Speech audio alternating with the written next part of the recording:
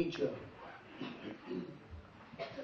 6 o'clock in the evening, my TV turns on, and I prepare to watch emotionless robots telling me about the day's destruction with few interruptions, but for the occasional commercial designed to bring us back to reality. And I wonder what type of human being can tell me these things without getting emotionally involved when suddenly my TV dissolved and became a mirror, forcing me to look at myself. And I realized that I see dead people, I see dead people every night on my TV screen, and I'm so desensitized that I watch and I continue to eat.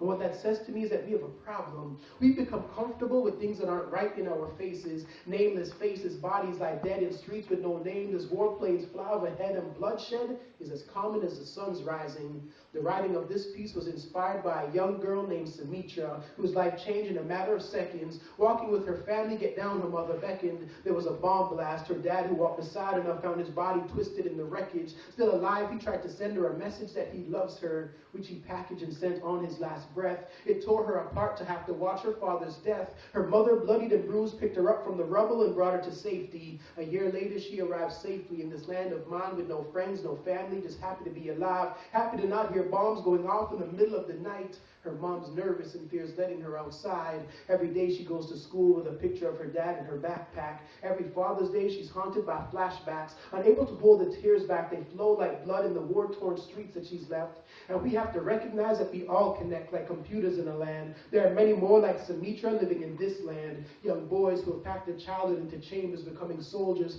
fighting in wars they're too young to understand. Young girls who are prisoners in their own homes because their streets are no longer safe. And we often sit back and say, what's wrong with those people over there? But what's wrong with us here? You see, those people, they're just trying to survive, trying to get by, trying to deal with the terror and the burden that life has forced them to handle. They're the ones dealing with reality, while we have the luxury to change the channel.